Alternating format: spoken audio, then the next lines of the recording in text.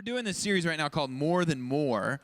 And what it's about are these times in Scripture where Jesus, he did something, he was involved with something that was more than more. It was extravagant. It was way over the top. The first week that we started this series, we looked at when Jesus turned water into wine. And we read that story sometimes, but we don't have sight. We kind of lose an idea of just the scope of that miracle. It was at least 120 gallons of wine, which is a lot of wine. And then when Jesus fed the 5,000, we looked at the amount of energy that went into that miracle for Jesus to do that. When Jesus had this miraculous catch of fish, and he caught 153 fish, and he had done it earlier. People had caught so much fish that their nets were tearing, these extravagant things. This week, we're going to kind of shift gears a little bit, and we're not going to look at an actual miracle of Christ. We're going to look at this incident that happened with Jesus, that Jesus was involved with, but it was this moment of extreme extravagance. And I really love the title for the message, because what happened when I was preparing for this message is I was reading my source materials, my study materials. I have a couple of commentaries written by very smart individuals. I have to read it like 3 or 4 times before I understand it. But both of these guys, a guy named J. Ramsey Michaels and another guy named Tenney, Tenney, they both used the same phrase to describe the situation. That phrase was reckless extravagance. I thought, ooh, that'll preach. That's a preacher term. We use that sometimes. If someone says something really good, nowadays people go, oh, hashtag, and you're cool. Preachers say that'll preach, because we're cool too. Reckless extravagance. And we're going to look at John chapter 11, verse 57 through chapter 12, verse 8. And the reason I'm starting back at 57 is going to give us a greater appreciation for exactly what's going on in this situation, in this story. So I want to look at the definition of the word reckless. And the reason I want to look at the definition of the word reckless is it's important, especially if we're going to call the title of the message, Reckless Extravagance. So reckless is a word that's kind of buzzing right now in the church world, in the music world, because there's this song called Reckless Love. And if you haven't heard it, it's a really good song. I would encourage you, you can find it on YouTube or, Pandora, whatever. And people are having a problem with this song. It's actually causing a lot of controversy. And that happens sometimes in the worship world, where a song comes out and people are like, wait a minute, I don't like what that guy said. A few years ago, another song came out where the guy, he described God's love, where we meet God and it's like a sloppy, wet kiss. And people thought, the song was called How He Loves by a guy named John Mark McMillan. And people were like, wait a minute, why is it I don't believe God's giving us a sloppy, wet kiss. That sounds gross. And it doesn't sound very holy. People got mad at that. Personally, I don't have a problem with that, because I remember when my children, like 1-year-old, would give me a kiss. And if you've ever seen a 1-year-old eat a cupcake and a 1-year-old give a kiss, it looks pretty much the same. They don't like pucker up. That's not what a 1-year-old does. It's this, and they plant this open, slobbery mouth on you. And I'll just be honest, it's disgusting. Like, you see your 1-year-old wanting to give you a kiss, and you grab a towel. Not a tissue, a towel. Because it's gross. But as a parent, I don't care how many sloppy, wet, slobbery kisses my 1-year-old wants to give me. I enjoy every single one of them. It's gross, but I still love it. And I think when we meet God in this moment of affection and relationship with Him, it's not sloppy on His part. We're the 1-year-old. We go to Him with our mess, and He still embraces us and loves us like a sloppy, wet kiss. So, reckless love, when that came out, everybody's all up in arms. And it's okay. I understand it, because when you look at the definition of the word reckless, marked by lack of proper concern, careless of consequences, irresponsible. Nobody likes saying that God is irresponsible, or that God's love is irresponsible. I can understand, and I completely see why that would be offensive, to say that God's love is irresponsible. But I think if you look at the whole definition of the word, and just look at, I understand that that's pejorative, that sounds a little demeaning, but also marked by lack of proper concern. If we look at that aspect of it, marked by lack of proper concern, marked by lack of proper concern.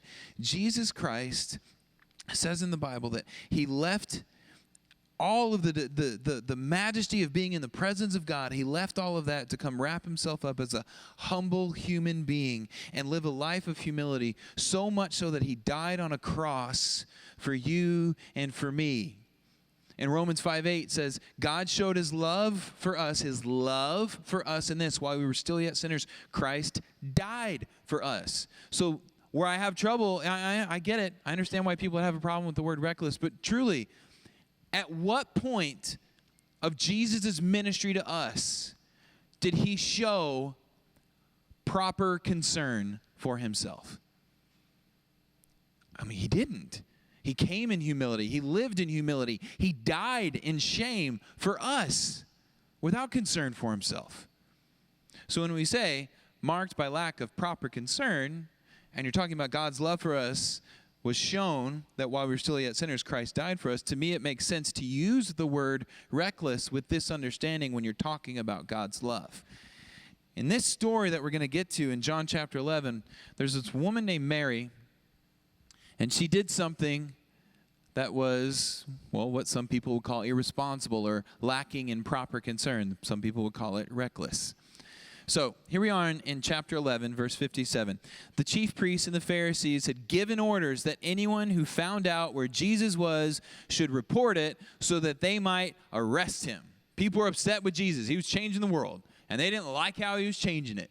And so what happened is, in John chapter 11, there's this guy named Lazarus, and Jesus goes to Lazarus after he's been dead for a few days, and by the power of his words, Jesus tells Lazarus to rise from the dead.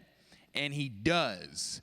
Comes back from the dead. Blows people away. People are rocked and shocked by this. And so they start talking amongst themselves. Do you think Jesus is going to come back to Jerusalem? Do you think he's coming back? Because the Pharisees, the leaders, had said, look, if anybody sees Jesus, you have to report it so we can arrest him. And everybody starts talking about it. Do you think Jesus is actually coming back? So there's this buzz around town that this guy who brought somebody back from the dead, he's really changing things, and he's supposed to be arrested. Chapter 12, verse 1, 6 days before the Passover, you know what Jesus did? He came back. He comes to Bethany, which is about 2 miles away from Jerusalem, where Lazarus lived, whom Jesus had raised from the dead. Here, a dinner was given in Jesus' honor. Pretty sure if I were Lazarus and Jesus came back to town, I'm going to do something nice for him. You know, guy brought him back from the dead. That's a big deal. I've never done that. But Jesus did. So they have this nice dinner for Jesus. And Lazarus' sister, Martha, she served at the dinner. And Lazarus, he sat at those, or he didn't sat, but he was reclining at the table. I'll explain that in a minute. So you have this family. There's Mary and Martha and their brother Lazarus. And Lazarus is hanging out with Jesus. And Martha is serving this dinner in Jesus' honor. Then Mary took about a pint, or some translations say a pound. The Greek word is a litron. It's about 12 ounces of pure nard. I love that word, nard. We don't mess with nard in our days today, right? We talk about Chanel, you know, or this is my new Calvin Klein scent. We had a pint of pure Chanel, but it was a pint of pure nard. And I would really love, and I didn't try to find nard to bring in because I thought that would have been fun. I could open it and a fragrance would have filled the room, and somebody would have said, smells like nard in here. It doesn't work, right? But anyway, it's this perfume. It's an expensive perfume. It was expensive because they had to import it from India. And in Jesus' culture, in Jesus' day, importing of goods was very expensive. They didn't have freight liners. They didn't have trains. They didn't have UPS.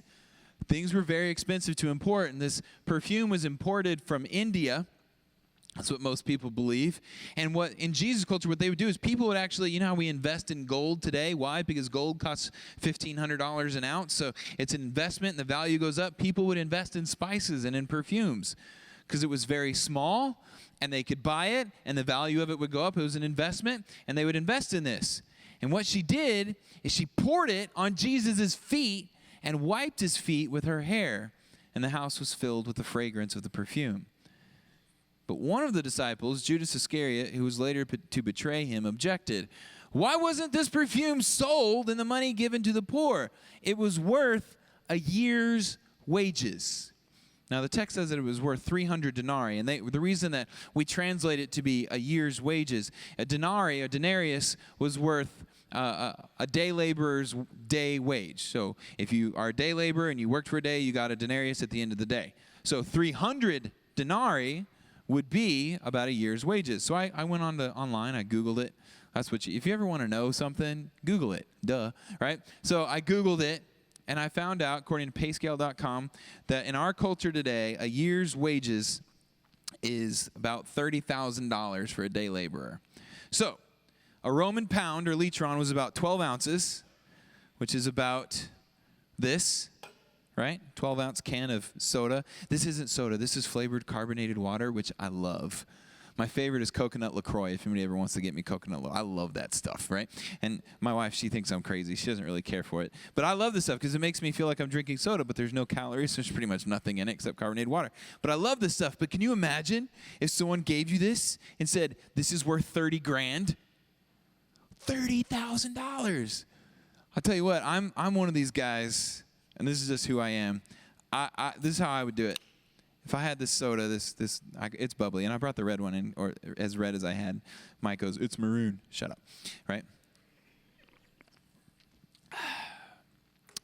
That was $700. That's how my brain works. I see a price tag on everything, and I know maybe you're like that. Maybe you're not like that. Well, Christian, you're just materialist.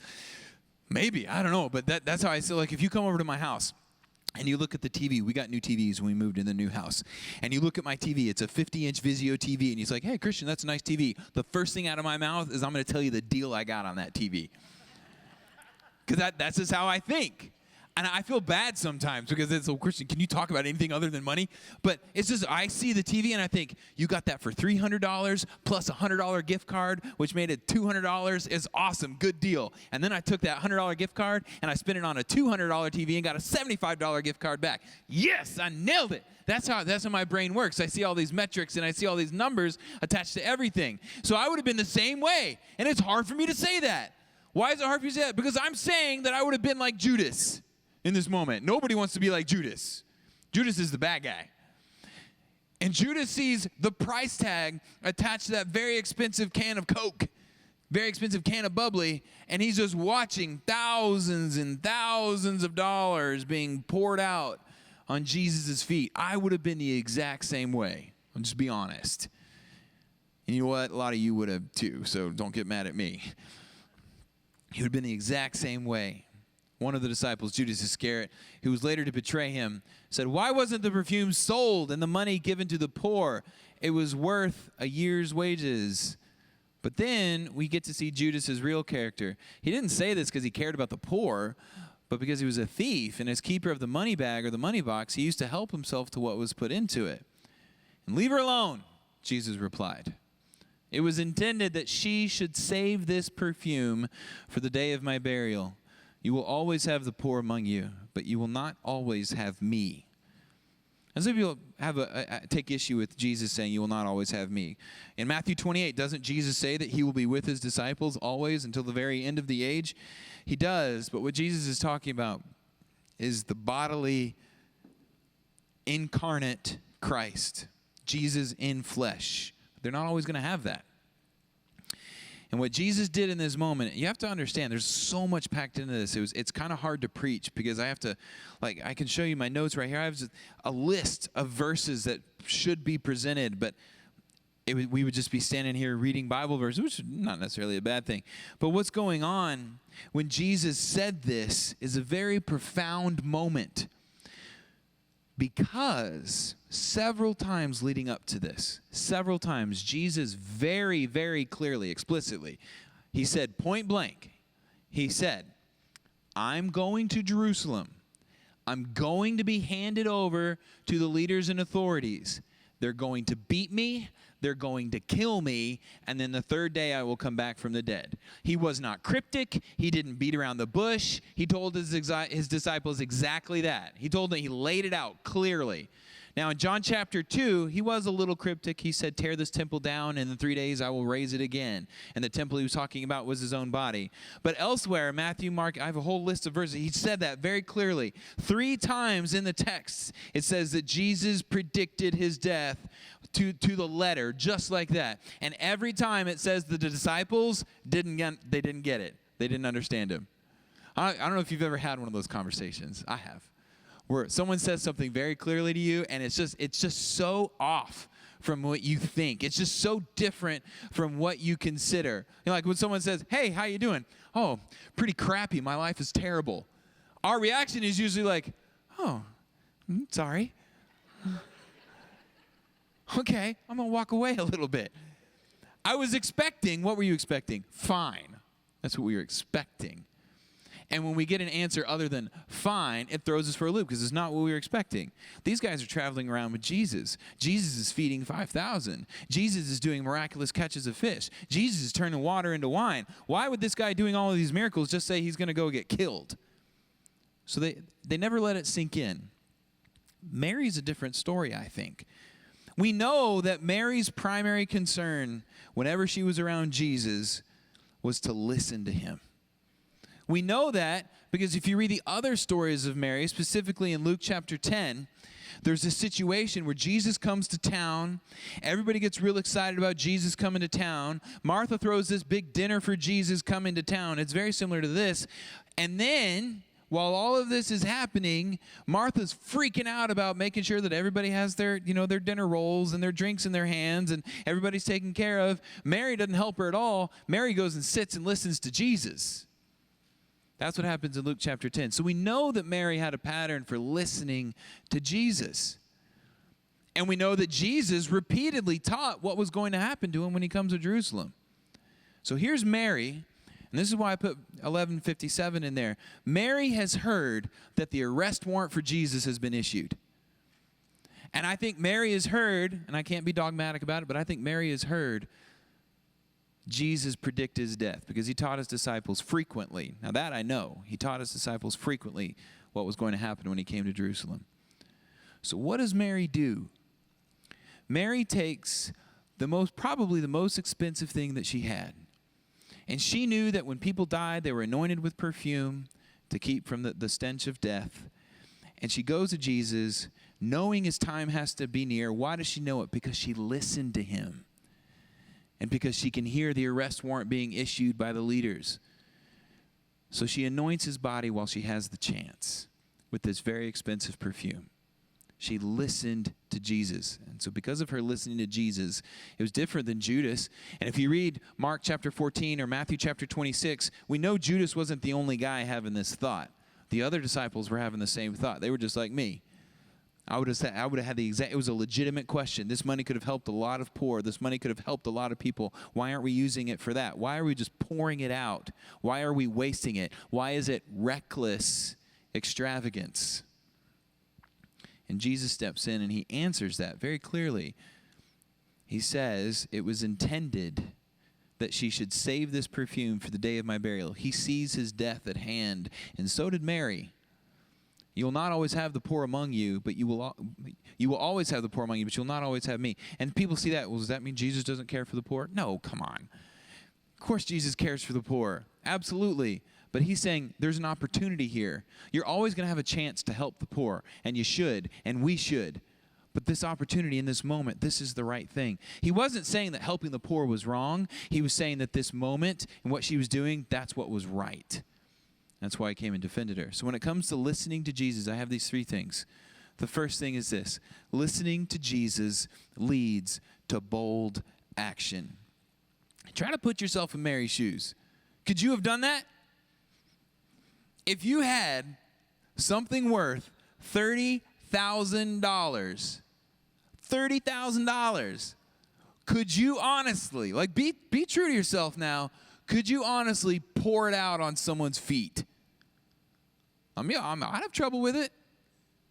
If someone said, this is a $30,000 can of Coke, which people are crazy. They buy Coke online and, have all these collector's bottles. Could you crack it open and drink it?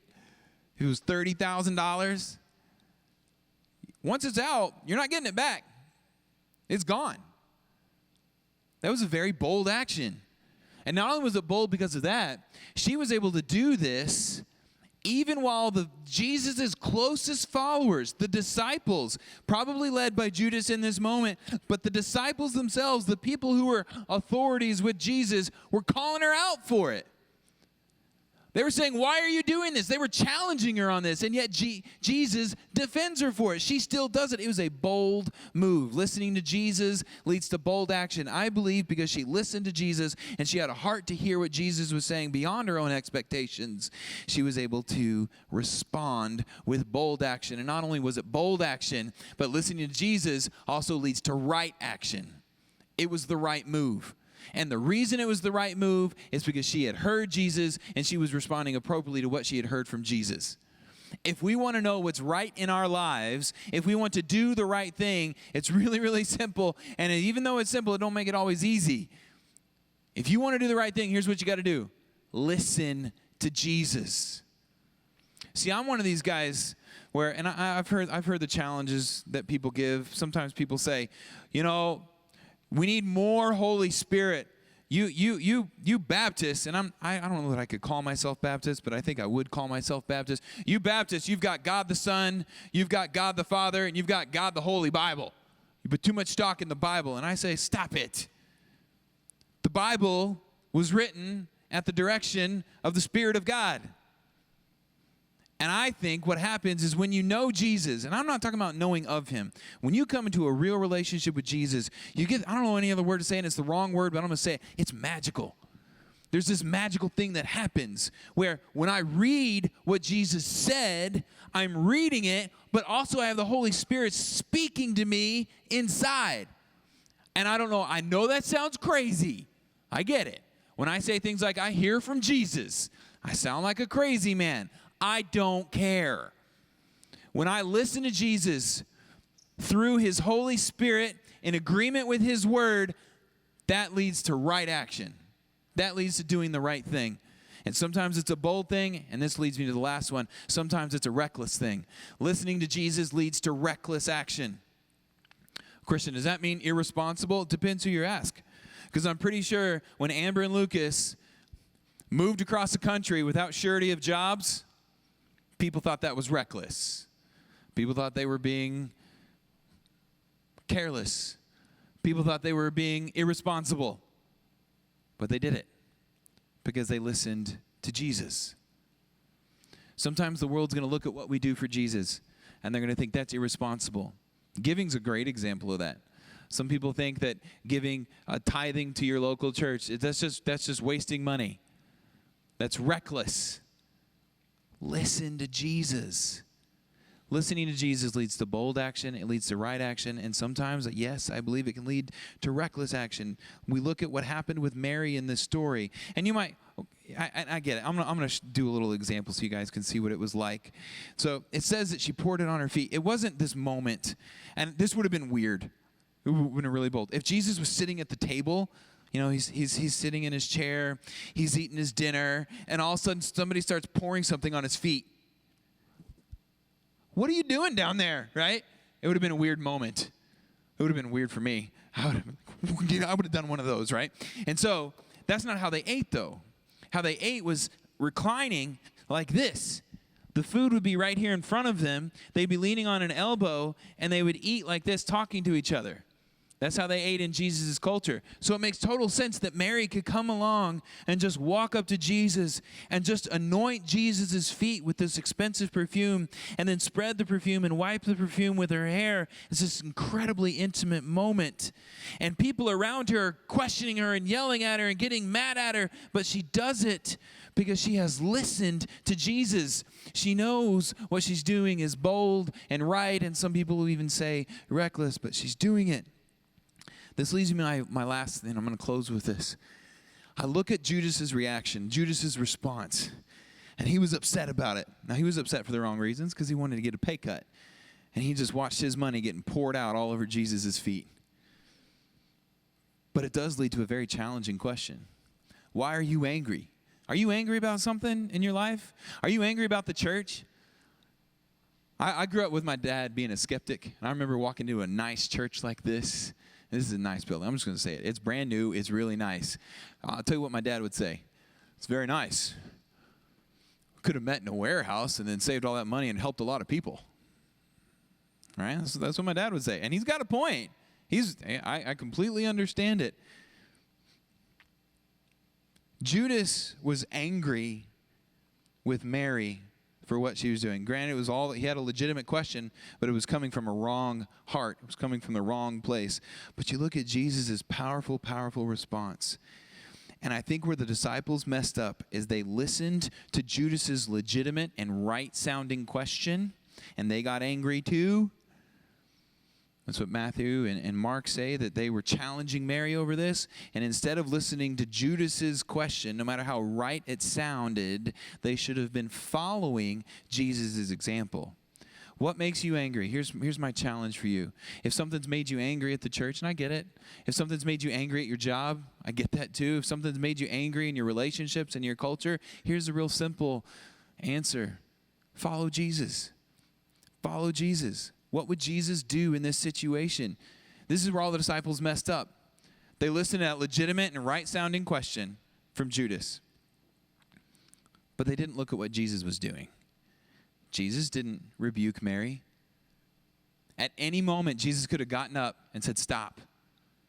But he allowed Mary this moment of extreme, reckless extravagance, of reckless devotion, where she poured out $30,000 worth of perfume on his feet just to show him how much she loved him, just to show him how much she cared, because she knew Jesus' time was near, because Jesus had said it.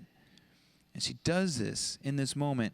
And what the disciples should have done, instead of listening to Judas, they should have followed Jesus' example. Why are you angry?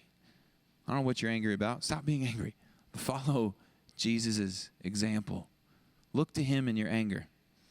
I think that's where the disciples messed up. And I'm going to use this as a teaser moment. On November 10th, write that down. If you're writing things down, get your phone out, put it in your calendar.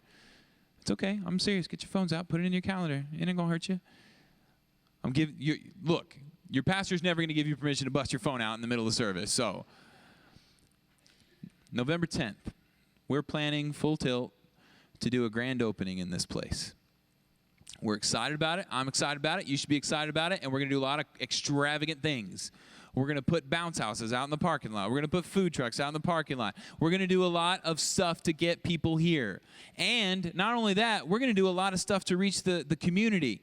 We found a great organization that we want to partner with. I've playing phone tag with them. A wonderful lady named Allison from Food for Others, where they feed children who are hungry. Don't get mad at feeding children who are hungry. Why are you angry? Follow Jesus. Leave me alone. But we're going to do a lot on November 10th and the rest of the month of November. We're going to do some things because I want to see people come to faith in Jesus Christ. I want to see people reaching out and loving other people. I want to see people loving Jesus. And you might see these bounce houses and be like, well, that's a reckless expense. Look, if it tells kids that they are welcome here at this church and that they can know Jesus at this church and that there's people who love them at this church, spend it. Let's be reckless. Let's be reckless. Not for the sake of being reckless. Let's be reckless as we listen to Jesus. Let's hear what Jesus has for us. And let's let that lead us to bold action, right action, and even what others may call reckless action. We're going to do a lot leading up to it. This is the first little thing I'm giving the teaser, November 10th. We're going to do a lot of great things. And we're going to see God do a lot of great things. We're going to pray. We're going to seek him. It's going to be a great, great, great start for our church going forward. But I want to see people, right there is what I'm closing with. I want to see people do that. Follow Jesus.